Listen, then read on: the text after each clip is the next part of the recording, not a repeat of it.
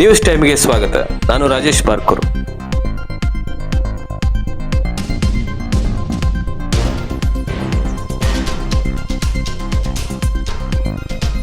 ಬಾರ್ಕೂರಿನ ಕಚ್ಚೂರು ಸೇತುವೆಯ ಮೇಲ್ಭಾಗದ ಸ್ವಚ್ಛತಾ ಕಾರ್ಯ.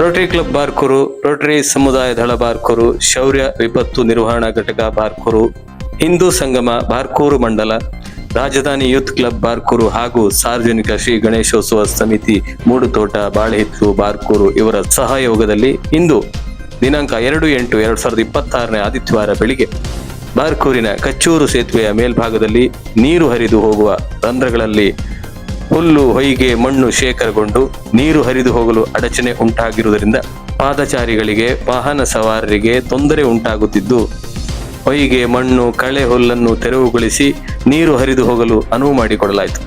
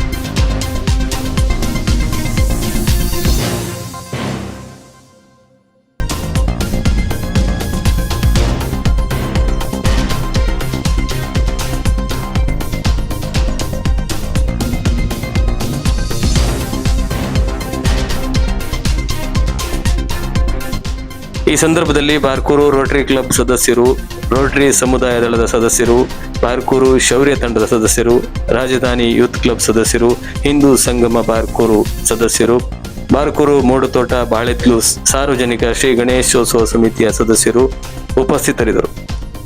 ಈ ಸ್ವಚ್ಛತಾ ಕಾರ್ಯದಲ್ಲಿ ಭಾಗವಹಿಸಿದ ಸರ್ವರಿಗೂ ನಮ್ಮ ಚಾನೆಲ್ ಪರವಾಗಿ ಪ್ರೀತಿಯ ಧನ್ಯವಾದಗಳು. ಇದಾಗಿತ್ತು ಇಂದಿನ ನ್ಯೂಸ್ ಟೈಮ್.